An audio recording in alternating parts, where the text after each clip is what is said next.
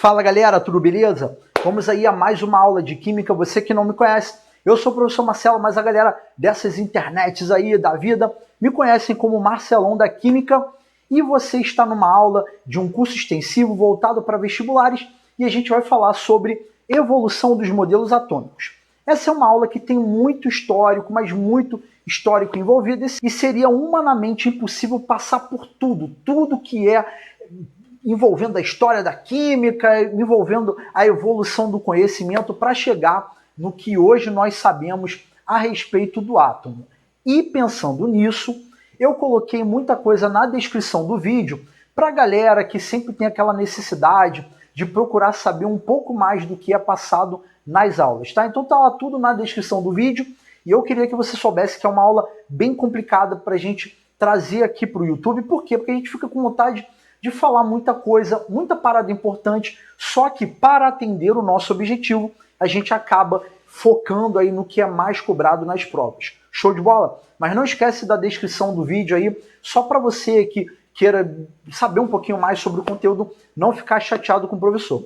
E se você puder, tendo em vista que esse trabalho aqui dá muito trabalho, né, faz jus ao nome, se puder, vai lá dando o seu like, compartilha aí esse trabalho com a galera, e vamos começar falando em 450 a.C., sobre dois filósofos, o Demócrito e o Leucipo. O que eu preciso que vocês saibam?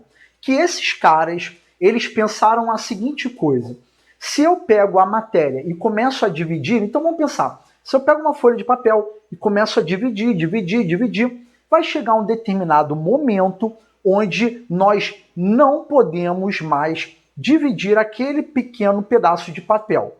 Isso daí é uma hipótese relacionada com a descontinuidade da matéria. E aí, como nós temos algo que não é divisível, nós temos aí a ideia surgindo a respeito do átomo, que vai compor aí todos os materiais. Logicamente, isso era uma hipótese, não tinha como você fazer testes sofisticados para poder comprovar, mas logo depois nós temos aqui Aristóteles trazendo o clássico de que as coisas eram formadas por terra, água, ar e fogo. Preciso que você saiba que essa ideia do Aristóteles era reforçada pela uma teoria do vitalismo, que ia reforçar essa ideia, como eu já tinha mencionado, e a galera encarava a matéria como se fosse um organismo vivo. Só para vocês terem mais ou menos ideia, a extração de metal a partir do seu minério era encarado como se fosse um parto. Então, assim, era uma ideia meio louca, mas que era bastante sustentada aí por essa teoria do vitalismo que eu tinha mencionado. Show de bola? Essa ideia que você tinha terra, água, ar e fogo sustentava uma ideia de que a matéria tinha essa essência.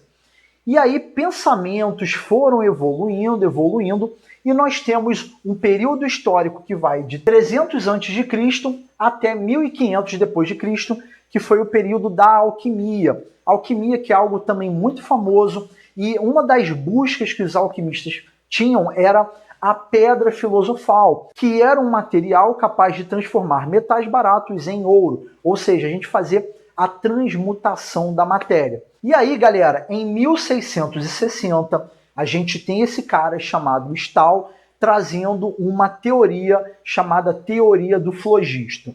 Qual era o contexto? Eu preciso que você saiba que o fogo e a combustão dos materiais era algo que fascinava a galera. E o pessoal não tinha a compreensão de algo que provavelmente você tem, que você precisa de um combustível mais oxigênio para poder ter essa reação química de combustão. Não se sabia do oxigênio na época.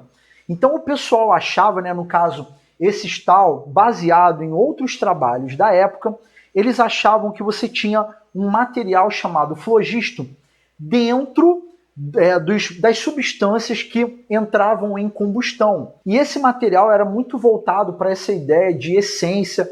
E assim, é um pouco longo a explicação, mas eu estou colocando na descrição do vídeo também. E aí o que eu preciso que você saiba? Essa teoria do flogisto, ela perdurou durante um bom tempo e explicava muitas coisas. Só que esse flogisto, ele não existia. Era uma espécie de substância etérea. E isso não existia. E logo após isso, esse cara aqui, em 1774, o Priestley, junto com Lavoisier e um outro cara que agora me falhou o nome, mas está aparecendo na legenda aqui para você, chegaram à descoberta do oxigênio. Ou seja, você tem uma substituição dessa ideia de ar etéreo, né, que era conhecido na época por conta dessa teoria do flogisto, por uma nova substância, um novo elemento químico, que era o oxigênio, que hoje a gente bem conhece. E com a descoberta disso, esse cara aqui, o Lavoisier, e agora a gente está entrando num mérito que é: isso daqui é importante para os vestibulares. Na verdade, tudo é importante, né? Mas isso daqui é um tópico extremamente importante para a gente parar e discutir. O que esse Lavoisier fez? Esse cara aqui, ele trabalhou, né? Ele fez várias coisas, na verdade, mas uma das coisas que ficaram famosas aí, que a gente estuda muito na escola, é a famosa Lei de Conservação das Massas. Se eu perguntar para você se já escutou aquela frase: na natureza nada se cria, nada se perde, tudo se transforma, muito provavelmente você já ouviu falar nessa frase. E essa frase está relacionada com essa lei. O Lavoisier, na prática, ele não falou essa frase, né? Mas popularmente acabou ficando conhecido.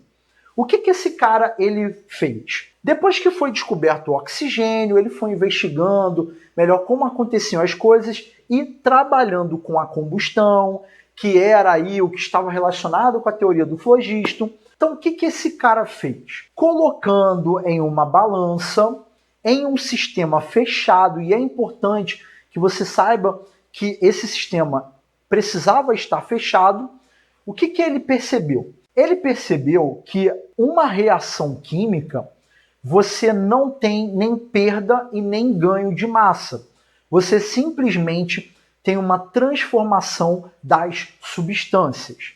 E aqui nós temos um exemplo que é assim, olha, eu tenho uma balança, do lado direito da balança eu tenho alguns pezinhos, e do lado esquerdo eu tenho um sistema fechado, onde dentro desse sistema fechado eu tenho um pedacinho de quê? De carbono, grafita, e, logicamente, ali eu tenho ar.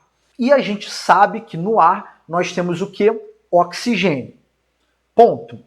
Se a gente colocar esse carbono, grafita, para reagir com o oxigênio em uma reação de combustão, a gente pode verificar nesse sistema fechado se ocorreu a reação ou não. E aí, é claro, a gente pensa assim: Marcelo, como é que eu vou colocar a reação química para acontecer nesse sistema fechado?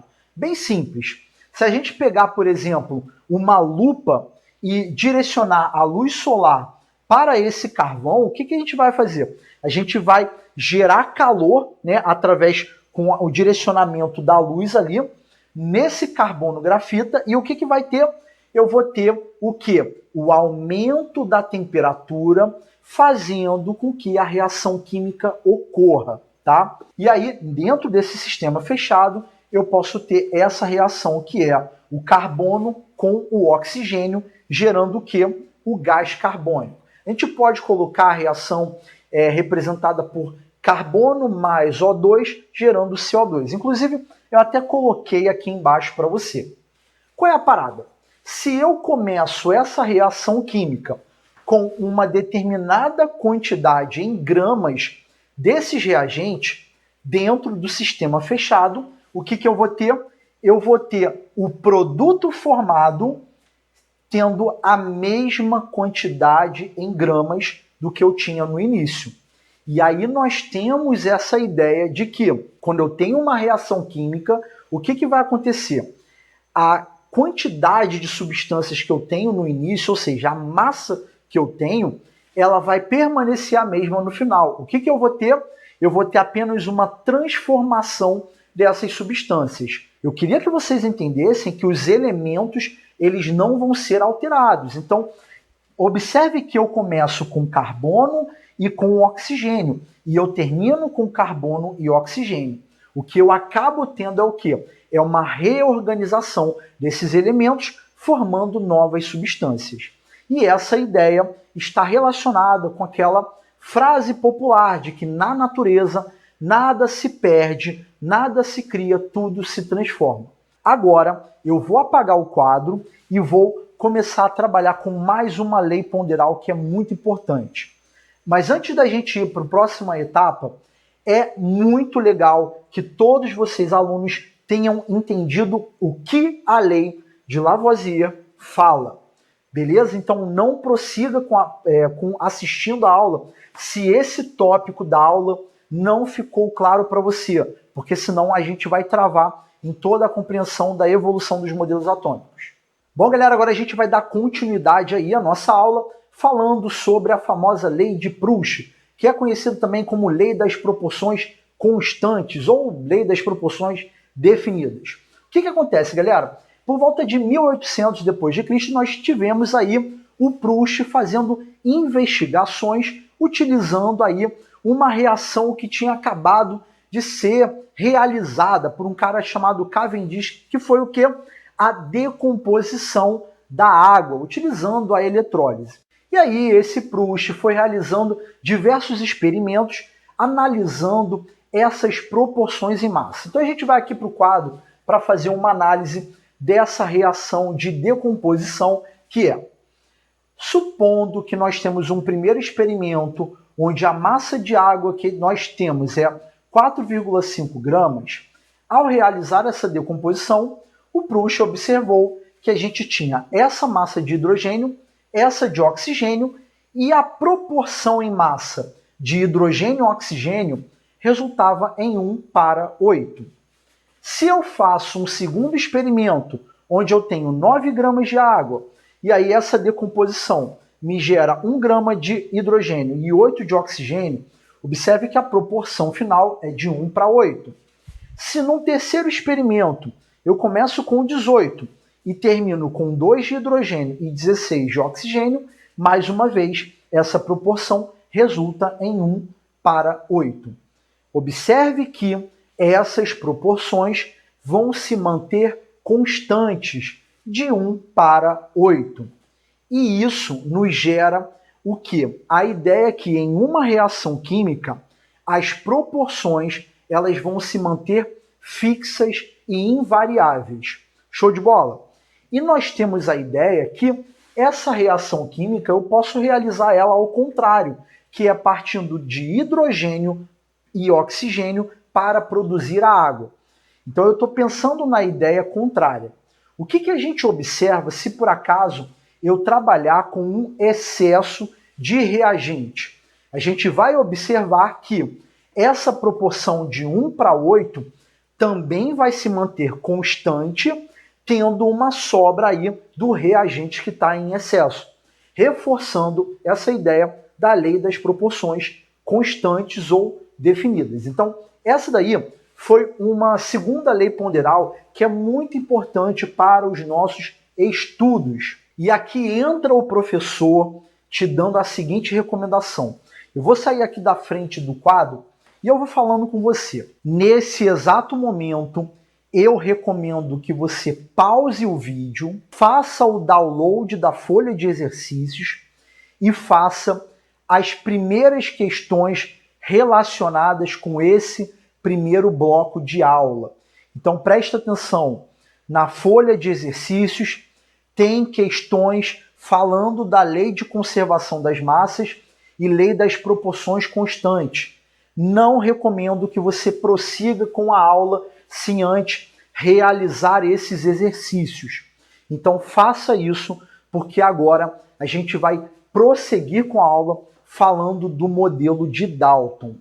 E mais uma vez, galera, por mais repetitivo que seja, siga a minha recomendação para você adquirir a melhor experiência dessa aula que está aqui postada no YouTube. Show de bola? Bom, galera, agora a gente vai começar a trabalhar com o primeiro modelo atômico, que é o modelo atômico de Dalton, e eu já inicio aqui saindo da tela para que você possa tirar o seu print, porque nós vamos começar a explicação a partir do nosso finalzinho do quadro. O que nós temos aqui é nada mais e nada menos do que um pequeno resumo do que Dalton fez em uma série de experimentos que não foi envolvendo esses compostos, mas que vai ilustrar muito bem e fazer com que você entenda o que a gente conhece como lei das proporções múltiplas ou lei de Dalton.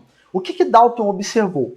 Que se eu tenho compostos diferentes, claro, formado aqui pelo mesmo elemento, onde eu mantenho a quantidade dele fixa, eu vou observar que eu consigo ter outros compostos onde eu vou ter uma variação constante de pequenos números inteiros, e que é legal que vocês fiquem ligados que essa variação é de números inteiros para ter esses compostos diferentes. E aí o que eu coloquei aqui para vocês? Esses 4 compostos à base de nitrogênio, né, que são óxidos, esses 4. Percebam que eu coloquei a quantidade em massa de nitrogênio fixa, né, que é 28 gramas para todos eles. E a primeira substância, eu vou ter 16 gramas de oxigênio, que corresponde a 1 átomo de oxigênio. No segundo composto, eu vou ter 32 gramas de oxigênio. Então, a gente consegue perceber que agora eu tenho uma quantidade equivalente a 2 átomos de oxigênio. Se eu tiver, por exemplo, 3 átomos de oxigênio, que vai ser 48 gramas, observem que eu vou ter justamente essa pequena variação, uma variação constante em pequenos números, e esses números são o quê? Inteiros. O que vai me dar a ideia de que, se eu estou analisando, né, pensando num contexto de Dalton, o Dalton ele não tinha aí essa ideia de átomo, tanto que ele foi o primeiro a pegar e criar um modelo para poder tentar explicar as coisas. E aí você está observando o seguinte, um exemplo, tá? Só para você entender o que Dalton estava querendo falar para a gente. Você pega 4 compostos que contêm o nitrogênio na mesma quantidade. Aí você faz a análise do primeiro, você identifica que você tem 16 gramas de oxigênio e 28 gramas de nitrogênio. Já um segundo composto que você está analisando, você percebe que para 28 gramas de nitrogênio, que é a mesma quantidade, você agora tem, para outra substância, você vai ter 32 gramas de oxigênio. Aí você analisa a terceira, tendo 28 gramas de nitrogênio, a mesma quantidade, e a gente sempre mantém um fixo, o que eu vou ter? Eu vou ter justamente agora 48 gramas de oxigênio. Então essas variações, ela vai me dar aí uma evidência de que existe alguma coisa muito importante que vai constituir a matéria. E aí Dalton vem e cria aí um primeiro modelo atômico. O que esse modelo atômico fala?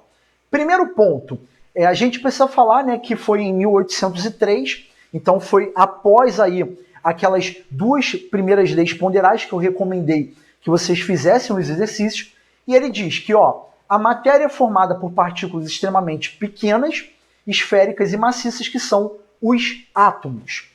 E esses átomos eu não posso dividir, eu não posso criar e nem destruir. Perceba que ele ressuscita aquele termo do Demócrito e do Leucipo, que é o átomo, e ele diz que toda a matéria é constituída por essas partículas fundamentais, né, que são os átomos, e eu não posso dividir, eu não posso criar nem destruir. E aqui a gente tem o seguinte, a gente fala nesse segundo tópico com relação das transformações materiais. E a gente pode pensar, por exemplo, em uma reação química. Quando a gente tem uma reação química, esses átomos eu não vou criar e nem destruir. Eu só vou recombinar, gerando novas substâncias. E esse enunciado aqui é para você que fez os exercícios estar pensando em uma lei ponderal. Que lei ponderal seria essa? A lei de Lavoisier, a lei de conservação das massas. Então, esse segundo tópico aqui, ele vai de encontro com o que a gente viu anteriormente, que na natureza nada se cria, nada se perde, tudo se transforma. E aqui, em terceiro tópico, a gente tem assim, olha, há na natureza átomos diferentes, com massas também diferentes, ou seja, que vão configurar elementos diferentes. Na época de Dalton, a gente ainda não tinha a descoberta do próton, a gente não tinha aí muito conhecimento de uma forma mais profunda a nível atômico. Então, o que o Dalton trabalhava? Trabalhava utilizando massas. Então, para Dalton, se você tivesse, por exemplo, toda vez que eu tenho um conjunto de átomos com uma mesma massa, então são do mesmo elemento químico. Então, a ideia era essa.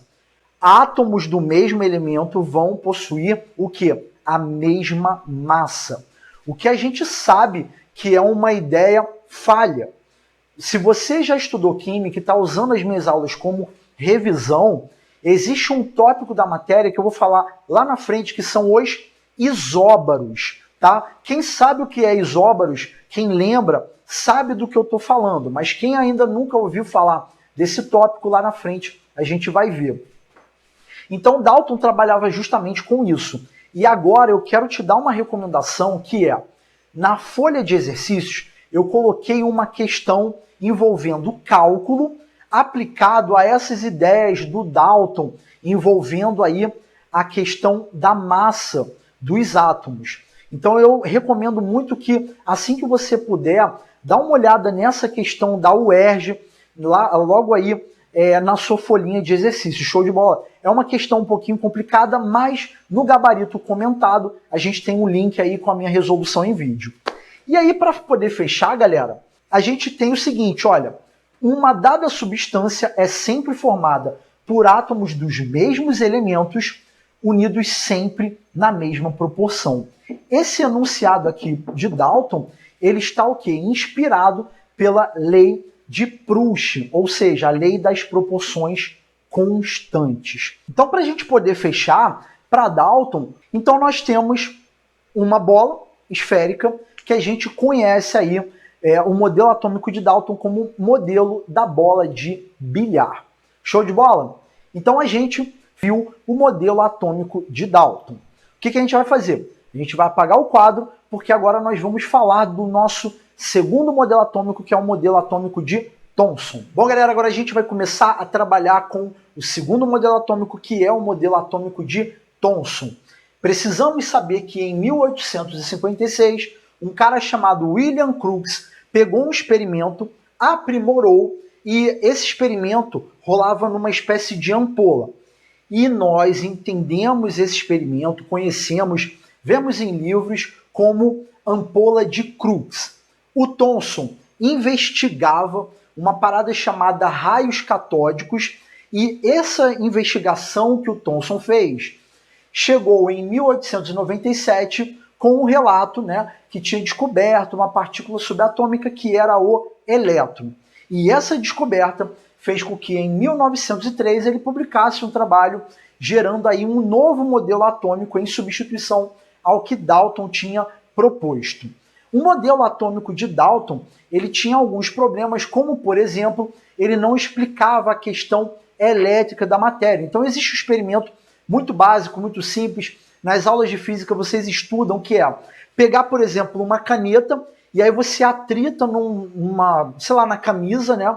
Aí quando fica bem quente, você encosta em pedacinhos pequenininhos de papel e esses papéis são atraídos pela caneta, né? Se você quiser, você pode até fazer aí em casa, se quiser. E o modelo atômico de Dalton, como ele era indivisível, não tinha carga elétrica, não tinha nada relacionado com isso, não era capaz de dar cabo de situações como essa.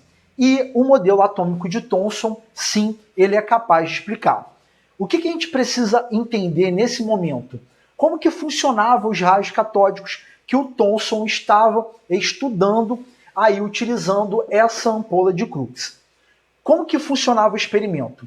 Você tinha, de um lado, um eletrodo negativo, que era o cátodo. Nesse eletrodo, obviamente, você tinha um metal, e desse cátodo saía os raios. Por isso que chama de raios catódicos, porque saía do cátodo. E esse raio ia em direção ao ânodo, que era o eletrodo positivo aqui do meu experimento. Esses raios ocorriam quando você gerava uma alta diferença de potencial entre esses eletrodos, ou seja, entre o cátodo e o ânodo. E esses raios catódicos, eles tinham algumas características, que é, primeira característica, os raios se deslocavam em linha reta. E qual é a forma que a gente pode verificar essa trajetória retilínea? Se eu colocar, por exemplo, algum anteparo bloqueando a passagem dos raios catódicos, eu identifico que eu vou ter a formação de uma sombra fiel ao anteparo. Então, isso me descreve uma trajetória em linha reta no sentido do cátodo para o ânodo, como eu coloquei aqui no desenho para vocês.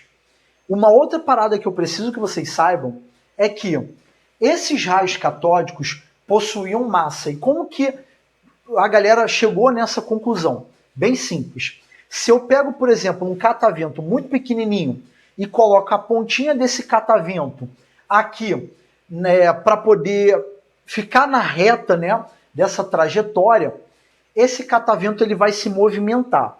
Então, se eu tenho esse raio sendo capaz de atravessar de um lado para o outro e movimentar um catavento, é porque esses raios possuíam massa, tá bom? Então, essa foi a segunda conclusão.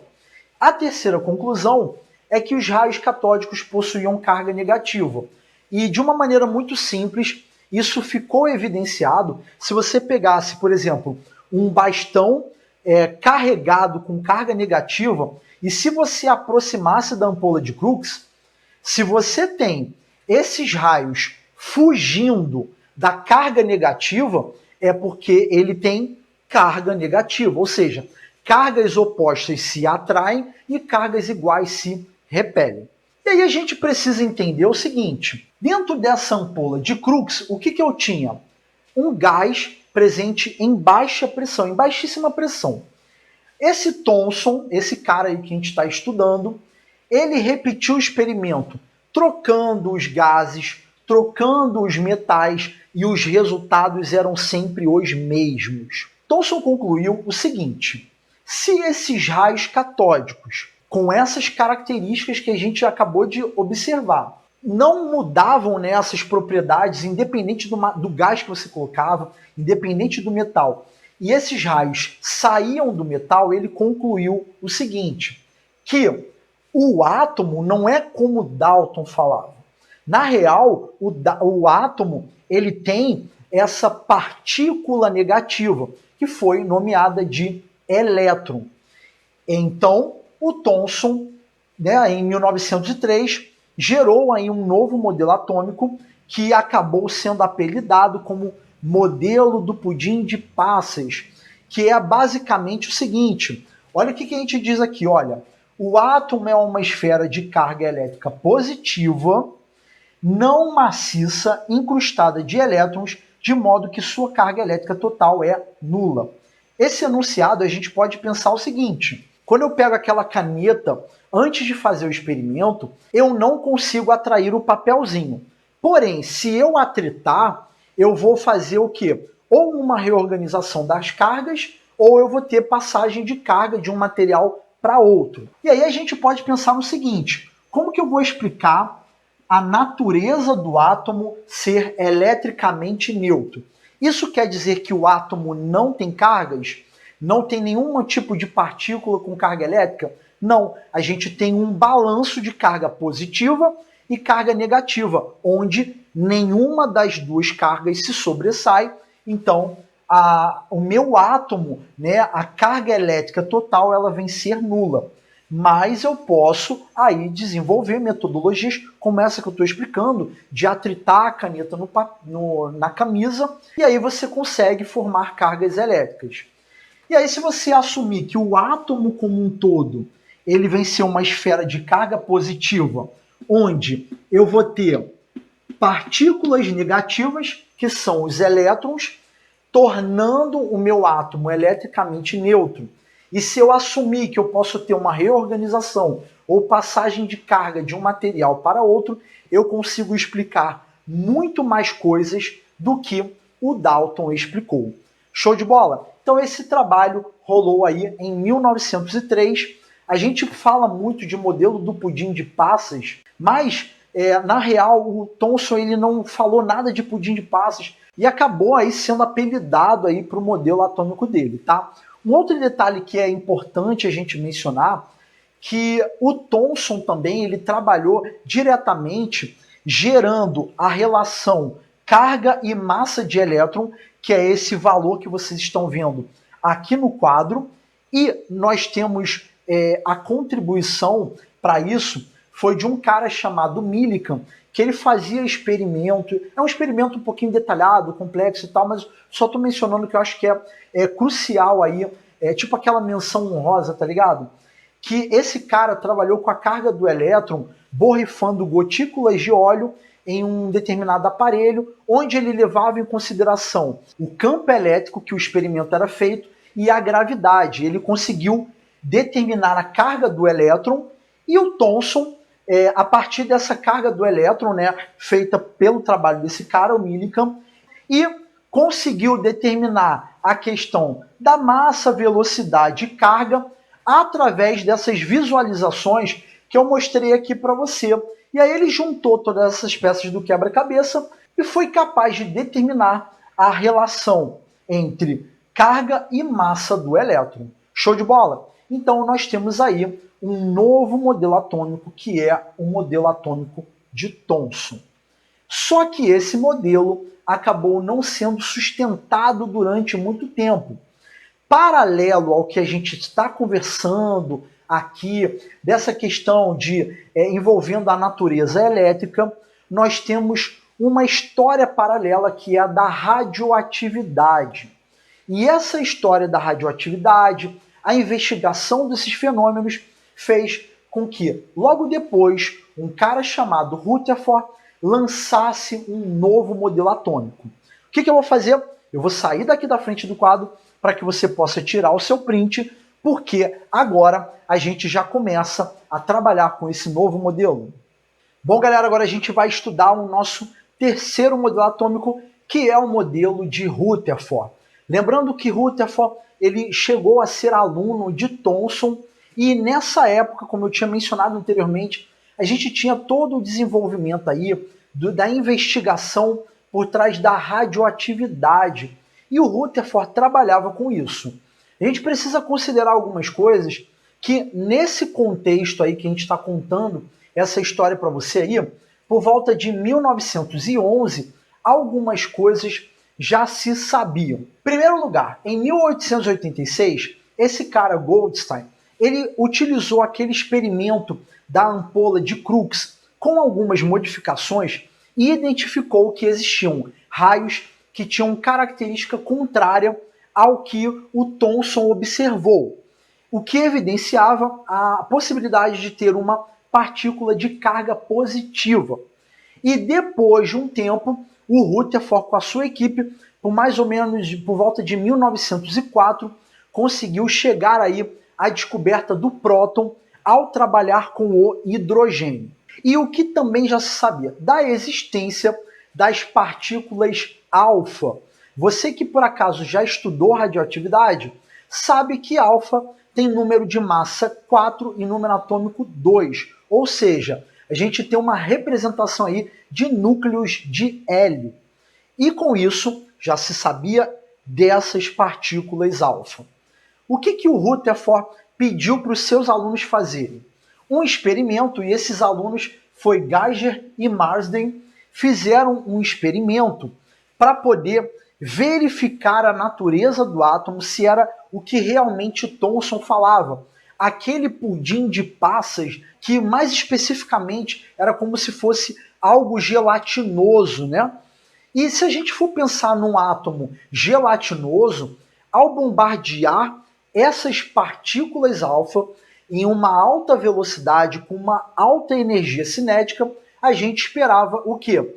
Se o átomo fosse, como Thomson falou, algo gelatinoso, essas partículas alfa deveriam acontecer o quê? Deveriam atravessar em sua totalidade e provavelmente sofrer um ou outro pequeno desvio ao colidir com alguma partícula. Então a gente acabou de ver qual seria o resultado esperado se o átomo fosse igual o que Thomson falou, né? Essa espécie de pudim de passas, um átomo gelatinoso. O experimento que o Marsden e o Geiger fizeram foi: pegaram uma caixa de chumbo onde dentro eu tinha polônio. O polônio já se sabia que era um emissor de partículas alfa.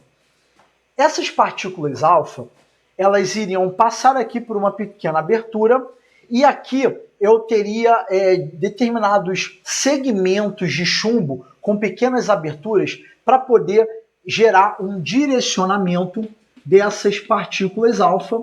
E aqui eu tenho uma finíssima folha de ouro, da ordem de 10⁻⁴ milímetros, ou seja, algo muito fino. Ou seja, como a gente já falou para vocês qual era o resultado esperado, o que foi observado? Que a grande maioria das partículas alfa atravessavam a finíssima folha de ouro, indo parar no anteparo que continha sulfeto de zinco, para eles poderem observar ali o resultado. Só que a gente teve uma quantidade quantificável de partículas alfa que não passaram direto. Teve uma quantidade de partículas que tiveram um ângulo de desvio superior a 90 graus e outras tiveram um ângulo de desvio a nível de bater e voltar, é o que a gente chama de ricochetear. O Rutherford, ele ficou, cara, completamente maluco.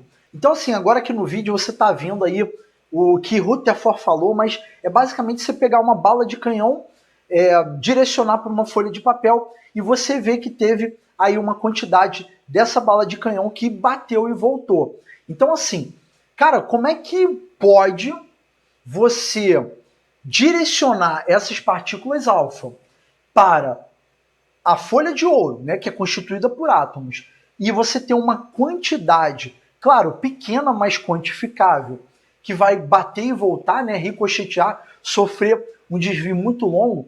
Então é porque o átomo não é desse jeito que o Thomson mencionou, um átomo gelatinoso. A parada toda é: nós temos uma necessidade de reformular esse modelo atômico. E aí, com base nas interpretações e os resultados do experimento, o Rutherford lança um novo modelo atômico que é: você teria no centro do átomo, que seria a parte do átomo de maior massa e de maior acúmulo de carga positiva, os prótons, denominada de núcleo. E a maior parte do átomo é de espaço vazio, onde nós temos o que? Os elétrons, tá? E aí o que vai acontecer? Nós temos aqui agora gerando um problema. Então, assim, só para vocês terem mais ou menos uma ideia, a nível de tamanho, se a gente for parar para pensar, para fazer um comparativo, é como se o átomo fosse um Maracanã e no centro do campo, né, ali onde que é dado o início da partida, você tivesse uma formiga. O átomo é o Maracanã como um todo e a formiga seria o núcleo. O que vai explicar aquela pequena quantidade de partículas alfa, que já se sabia que era de carga positiva, bater numa região e voltar, é porque aquela região era de mesma natureza de carga, positiva. Positivo com positivo vão se repelir. Então, só essa explicação era possível de explicar o resultado esperado. Então, você teria no centro do átomo o núcleo, esse núcleo contendo os prótons, que é a região do átomo com um acúmulo de carga positiva, e você tem ao redor desse núcleo o quê? Os elétrons. Então, assim, o modelo atômico de Rutherford, ele é parecido com o quê? Com um sistema planetário, onde você tem uma estrela no centro e você tem os planetas girando ao redor daquela estrela. Então, assim, essa seria basicamente a ideia do modelo de Rutherford, né? Que vocês veem aí muito tipo assim, figuras, né? algo mais ou menos assim, né, que o pessoal coloca, né, um sistema planetário. Só que esse modelo atômico apresenta alguns problemas em sua formulação. Primeiro problema é, se eu for parar para pensar numa região onde eu vou concentrar as partículas de carga positiva, que são os prótons, eu vou ter um problema que é a instabilidade do núcleo. E olha só que parada doida. Se naquela região eu só tenho partículas positivas, elas juntas eram para elas se repelirem, porque as cargas são iguais. E a ideia, né, é o que o Rutherford até mencionou, que provavelmente deveria ter alguma partícula no sentido de isolar esses prótons presentes no núcleo. O que em 1932, um cara chamado James Chadwick descobriu que era a outra partícula que se chama nêutron. E aí o problema da instabilidade do núcleo, que é a questão de próton com próton se repelirem, foi o quê?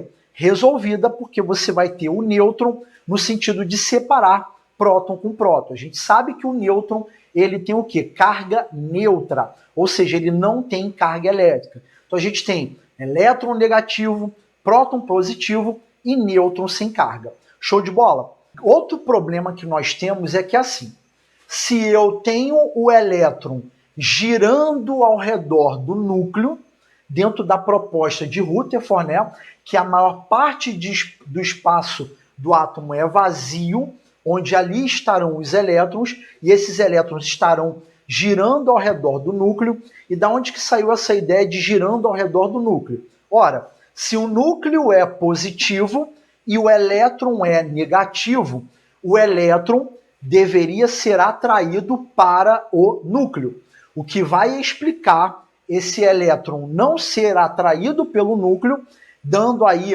uma ideia de estabilidade para a existência do átomo, é que o elétron ele deveria estar fugindo, girando ao redor do núcleo, constantemente fugindo dessa atração do núcleo, que é positivo. Isso daí era uma ideia que apresentava um problema, tendo em vista os conhecimentos da época, né, a questão do eletromagnetismo, que era, se eu tenho uma partícula girando aqui ao redor desse núcleo positivo, ao longo do tempo, essa partícula, que no caso a gente está trabalhando com o elétron, essa partícula iria perder energia ao longo do tempo. E o que você teria? Você teria uma movimentação de forma centrípeta e isso iria colidir com o núcleo em determinado momento. E essa colisão com o núcleo faria com que o elétron voltasse aqui para essa região, ressuscitando o modelo atômico de Thomson. Show de bola? O que é um modelo atômico de Thomson? É o átomo, a esfera positiva, com os elétrons encostados. Então, isso daqui era um problema, a eletrosfera era um problema para o modelo atômico de Rutherford, mas era o que melhor tinha e era o que explicava muito bem o experimento que os alunos do Rutherford fizeram. E aí, galera, esse problema da eletrosfera acabou sendo investigado e resolvido, em partes, diga-se de passagem, por um aluno do Rutherford, que foi o famoso Niels Bohr, que por acaso também foi aluno de Thomson. O que a gente vai fazer? Agora eu vou apagar o quadro, né? Eu vou sair aqui da frente, muito embora eu estou utilizando muito as legendas para poder complementar os seus estudos e a compreensão desse conteúdo como um todo. Eu vou apagar o quadro e a gente agora vai começar a trabalhar aí com a questão da eletrosfera. Bom, galera, agora a gente vai para a nossa última etapa da aula, falando do modelo de Niels Bohr. Esse cara aqui formulou um novo modelo que nada mais é do que uma melhoria do problema da eletrosfera. Não resolveu tudo, mas conseguiu aí melhorar o problema que apresentava lá no modelo de Rutherford. Esse cara, Niels Bohr, foi aluno do Rutherford e tinha sido também aluno do Thomson. E a parada toda é, esse cara aqui, ele, para gerar um novo modelo, ele utilizou de algumas ideias anteriores. O modelo do professor dele, as ideias de Max Planck e a espectroscopia da época. Vamos primeiro para a espectroscopia e aí depois a gente vai para Max Planck aqui. Presta muita atenção. Preciso que você saiba que, desde a antiguidade, os chineses já conheciam, já utilizavam os fogos de artifício. E você sabe que os fogos vão apresentar colorações diferentes. Cada elemento químico vai ter uma determinada coloração característica. Esse é um ponto. Segundo ponto que eu preciso que você saiba é que é assim. Existe uma parada que a gente usa no laboratório que é chamado teste da chama. Como que funciona isso? Se a gente sabe que cada elemento está relacionado com uma coloração, se eu tenho um determinado material que eu quero descobrir que tipo de elemento pode estar ali presente, eu faço essa experiência que é o teste da chama. Eu estou colocando na descrição do vídeo um link para que você possa acessar um outro vídeo que vai demonstrar esse teste da chama, mas não veja agora. Espera a aula acabar, porque a explicação do experimento tem como base aí a compreensão do modelo de Niels Bohr. E o esquema todo é o seguinte, a gente tem esse conhecimento do teste da chama e tal, da questão da relação entre coloração e elemento químico, mas a gente precisa saber que se, por exemplo, eu tenho uma lâmpada e essa lâmpada contém hidrogênio, naturalmente uma lâmpada ela vai emitir luz.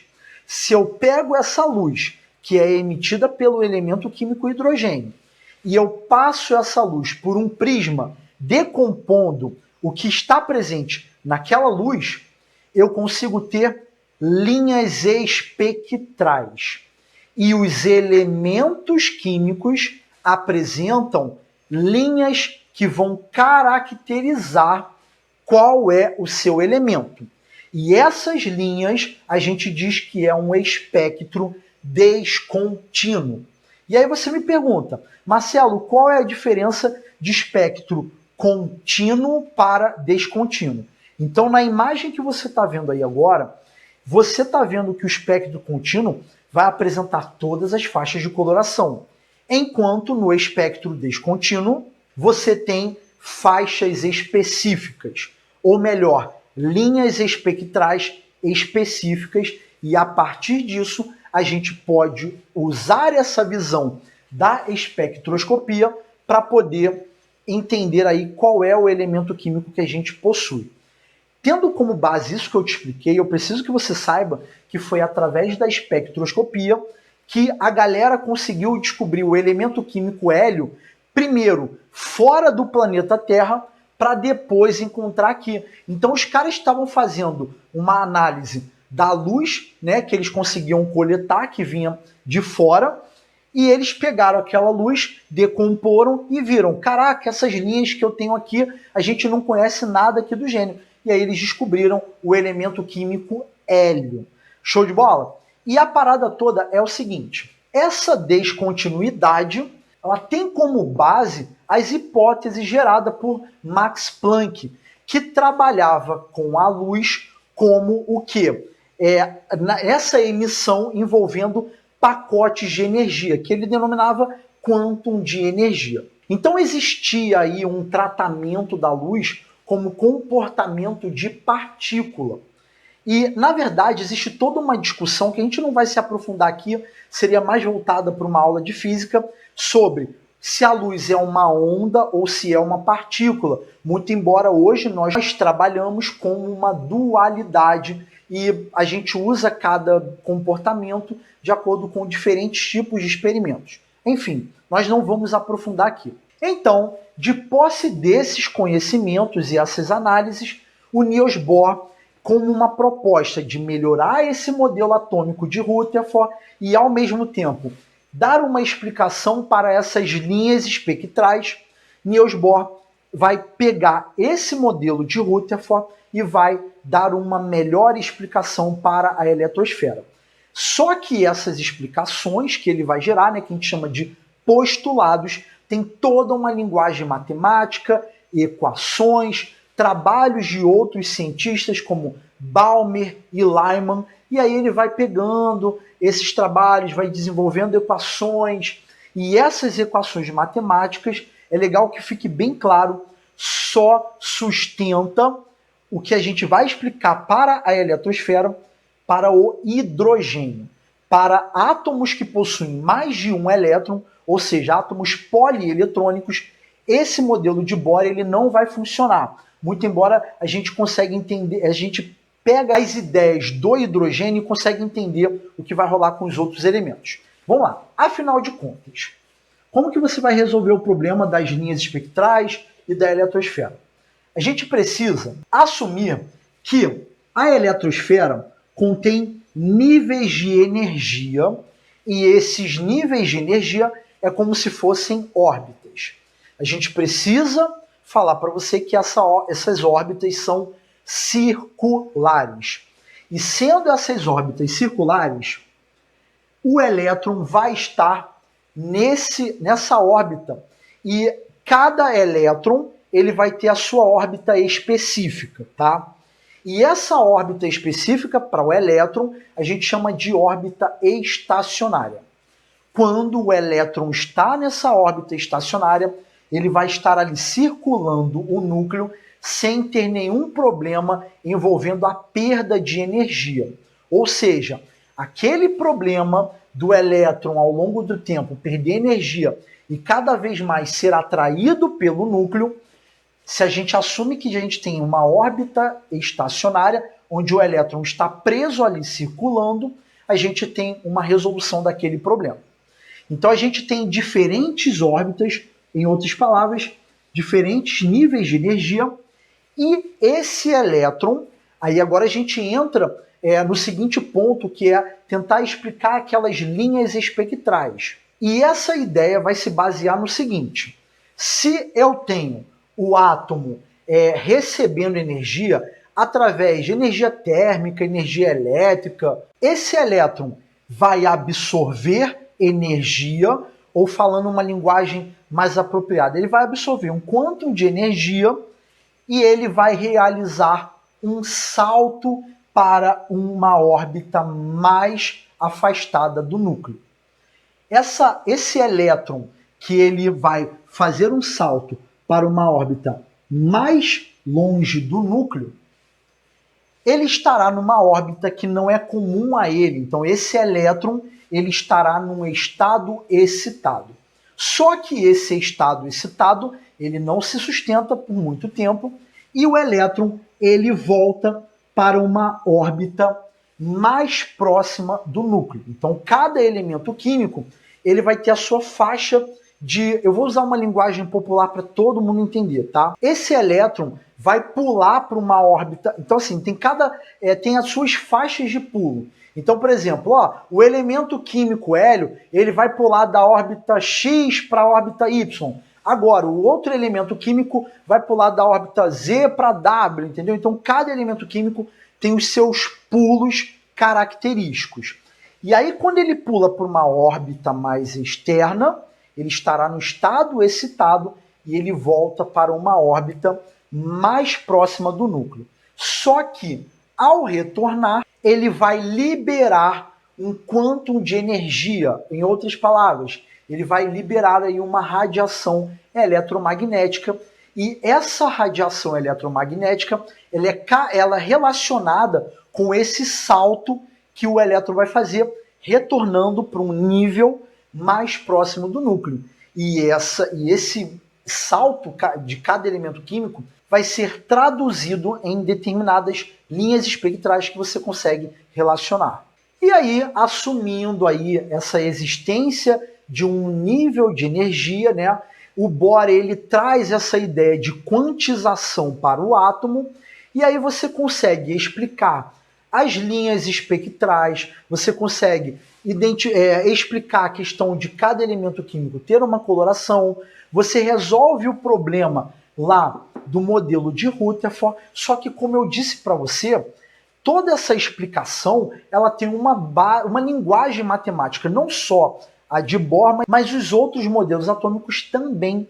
Só que essas equações só funcionavam para um elétron, para o hidrogênio. E aí nós temos uma ideia que é assim, é legal que vocês saibam que a gente tem um termo que a gente vai utilizar muito em aulas futuras, que é o estado fundamental. O que é o átomo? O que vem sendo um átomo no estado fundamental? É justamente quando os elétrons desse átomo vai estar nos seus níveis mais baixos de energia. Ou seja, usando uma linguagem mais popular, é quando os elétrons vão estar nas suas órbitas, o que? Digamos assim, comuns, tá? Então, quando ele está, o elétron, naquela órbita estacionária lá, que é comum para aquele elétron, a gente diz que o átomo está no estado fundamental. Quando eu disse para você que a gente tem um estado excitado, é quando um elétron ele salta de uma determinada órbita, de um nível de energia, e ele vai para o quê? Um nível de energia maior, beleza? Isso a gente chama de estado excitado.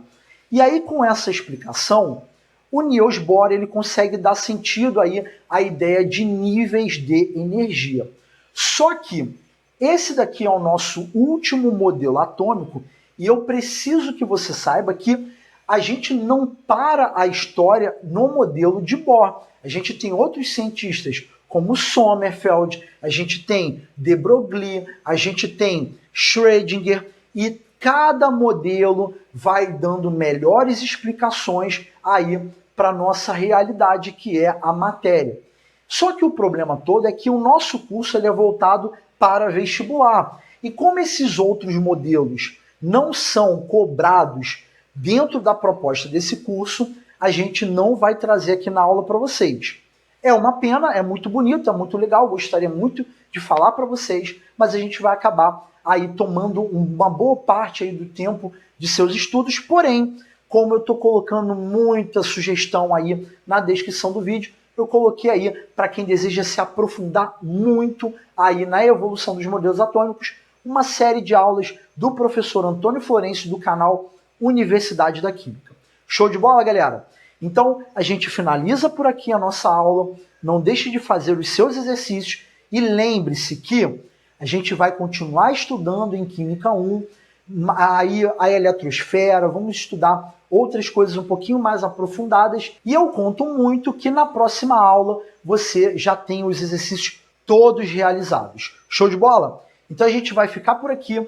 E se você acha que esse trabalho vale alguma contribuição aí, um investimento, não deixe de dar uma olhada aí na nossa campanha do Apoia-se. Você pode ajudar lá com 5 merréis, uma quantidade aí que não vai te fazer falta aí para a gente poder continuar trazendo esse conteúdo aqui para o YouTube. Show?